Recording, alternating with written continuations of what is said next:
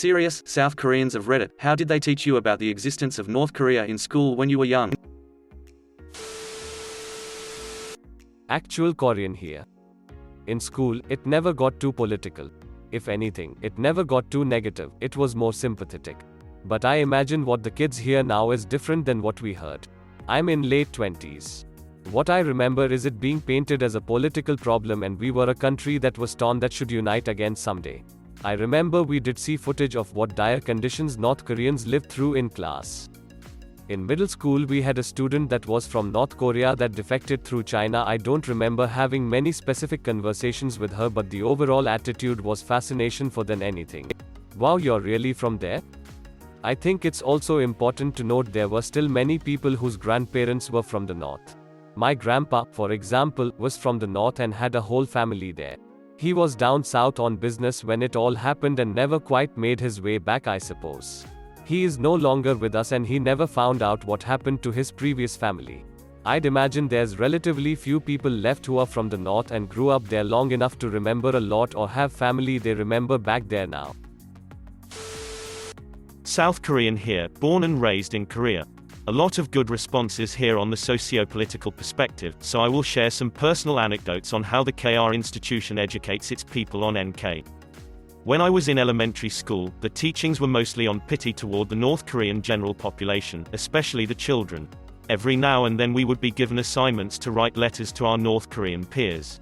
I remember writing one, and all I could write about was how I'd like to send them some of my favorite snacks, because I was taught in school that they were impoverished and shut off from the rest of the world. When I was in high school, we learned more about the exploits of the regime and the importance of democracy. The teachings became more about appreciating what we have in South Korea and understanding the failed government in North Korea. When I was a soldier in the Korean Army, Rock Army, we were grilled day and night on the belligerent nature of the North Korean government, and how the Kim dynasty is slaving the NK people. Our shooting targets are still cutouts of NK soldiers. If you can tell, the nuance for pity and sympathy toward the general North Korean public is constant throughout. South Korea's institutional stance toward NK people still has a warm spot. Movies, TV shows, and other media portraying the sorrows of a divided people are still popular. To sum up, we are taught to feel sympathy toward the NK people and hate the dictatorship. I am 34 and was raised in Korea until 12. At my age, it really is not too different from what you would get at other democratic nations, I guess. North Korea was a starving communist country that always threatened and was willing to attack South Korea at any given opportunity. NK caused the Korean War that cost the peninsula dearly, but global alliance headed by America saved SK. Despite the war, South Koreans who are naturally smart with superior work ethics, not what I think but was gist of what they taught, drove the economy to grow at a tremendous speed, miracle of Ha River as Koreans call it, surprising the entire world while NK was still starving and forever looking for ways to attack SK. Meanwhile, we were also taught NK and SK as one country, and that reunification is the dream of all Koreans, and that we should strive for reunification without really talking about the methods. But my parents' era is completely different. I remember my mom telling me, SH is nearly 60, how she once thought North Koreans had crimson face like Dokbi, sort of Korean ogre, with horns on their heads when she was little. So there must be a change in tone somewhere in between. I have a good story about my familial ties to North Korea. Before there was ever a North or South Korea, my grandfather married a woman and had a few children. When the war broke out and the country was divided, most if not all Koreans had to choose whether to live in the North or the South. This was right before the divide, so going across borders were fairly normal, albeit the dangers of the war zones.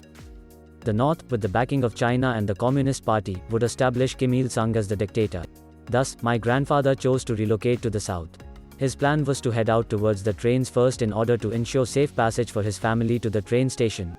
Upon arrival, he waited for his wife and kids to arrive, but they never came. After waiting for what could have been a week, he had to make the choice of leaving without his family. He told my father that he never heard from them. How could he, as they were separated for good after the borders were established? After arriving in South Korea, he met my grandmother and started a new family. For all we know, we have a lineage of step relatives living in North Korea who may have no idea we exist. This is solely on what my father has told me and in no way verifiable. Thanks for listening to my family's historical short story. TLDR, grandfather left North Korea, effectively leaving his wife and kids, never to be reunited again, and started a new family in South Korea after the countries divided. Hi, I'm a legit Korean. Glad to know that this kind of topic actually gets this much attention even from the crowd worldwide. School taught me that I should be sympathized with North Koreans because most of them can't enjoy such luxuries that I take for granted. In the past, I think most people in South Korea keen to have reunification. Even my teachers used to tell students that they want our nation to be united as a whole. We believe that's for the best. Also, school emphasized those number of families that had to be forcibly separated after war. So, that was one of the reasons for reunification. However, now we see it as more of a burden. There are some factors that we need to consider. 1. North Korea used to be considered as part of our country. But now it feels more of like a separate country. 2. There's a slight language barrier. North Koreans use pure Korean while South Koreans use a mix of Korean with some English words. So, if I remember correctly, in South Korea, they showed a TV program teaching the audience some North Korean terms. For example, what do they call ice cream in North Korea? Eoleum singi. It sounds cute to me. 3. Economic issues. I think South Korea is way more developed and sensitive to new trends compared to North Korea. So, if there is a reunification of the North and the South, it might be hard to balance the both. 4. Cultural difference. There must be some differences due to South Korea having more foreign influence. But most of all, I'm not sure if we're ready to overcome every small and big differences and obstacles in order to have, once again, a united nation. In my opinion, we're both North and South not ready for it yet. I left Korea about 26 years ago and all my education was mostly from 80s. So can't remember clearly. When I was in elementary school, we were taught that Korea and its people were evil.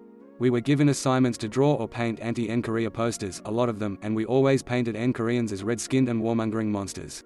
I really believed Koreans had a red skin until high school. In other classes, whenever Korea is mentioned, it was all anti-Korea propaganda. I believe that the Korean gov was trying to brainwash us when we were still children. After elementary school, we were taught less about Korea and more about going to the better universities. The higher grade one was in, we were taught less about Korea. So we didn't really care about Korea that much at the end of high school due to impending university entrance exam. After high school, Korea was more or less nuisance for us. Unless they did something stupid, we didn't really hear or care about Korea that much. This is a question I can answer. I'm Korean American and came to the States after I finished 6th grade in Korea. Basically, we were taught that we have families and friends in NK and it's the government that needs to be taken down. Annually, we had to draw or write wishes of becoming United Korea again and was given an award for making the best writing or drawing in school.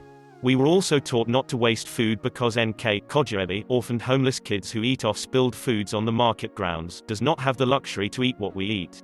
We were also taught that we have to alert the police of military of any suspicious individuals who may be the NK spies. My grandparents are from Kaesong before Korean conflict happened and majority of their family are in NK. We don't know if any of them is alive or well, but just hope that one day we get to see them. Please mind the grammar. I will stick around to answer any QS. Exclamation mark. Edit, thanks kind stranger. My first gold. Exclamation mark. Edit, thanks for taking so much interest. I am an avid follower of both US and Korean political situations and appreciate the interest. Sorry for those who I couldn't answer. Born in South Korea, moved to Canada when I was 7. Essentially, in SK in the 90s, there were two lenses through which one could view NK. Civic nationalist doctrine, fuck NK and their evil government, they want nukes, starve their people, and want to kill us all if they could. SK is definitely the good guys, look how rich we are now compared to them, they lost the Cold War and it's only a matter of time until they collapse. Ethno-nationalist doctrine, North Koreans are our own blood, and they are starving, see, arduous march, we gotta help them. New Liberal President of SK, Kim Dae-jung initiates the Sunshine Policy to be kinder and friendlier to the North, and the future is bright for all Koreans. Compare that to today, where most everyone is either apathetic or hateful towards NK, or nostalgic of the old days, see, Moon Jae-in platform. Mostly apathetic, but North Koreans are getting close to getting ICBMs soon. Edit, I wrote this in a hurry before my final exam began, so I regret not being able to provide more in-depth information in a less off-the-cuff tone. I would like to point out that these views are not mutually exclusive. Like all human behavior, there is hypocrisy in the strongest of black and white opinions, and in a politically diverse yet ethnically homogeneous country like South Korea, there is always room for a little column A little column B, and a column who gives a fuck. Korean living in Canada here. It wasn't exactly hidden from kids even when they're young. I remember being aware of North Korea's existence as long as I can remember because of the whole reunification movement that is visible in everyday life, even before I started going to school. The general vibe was that they were taken away from us, living in harsh conditions, and that we should try to reunite as a favor to them. I left before being taught any proper Korean history, so maybe somebody else will have more to say in that sense. I escaped my country when I was 12. I came to South Korea to love better life with my grandmother. School was hardest thing I've ever encountered in South Korea because kids would stay away from me knowing that I am North Korean. This experience was somewhat recent since I turned 19. Edit, grammar and spell. Consider subscribing.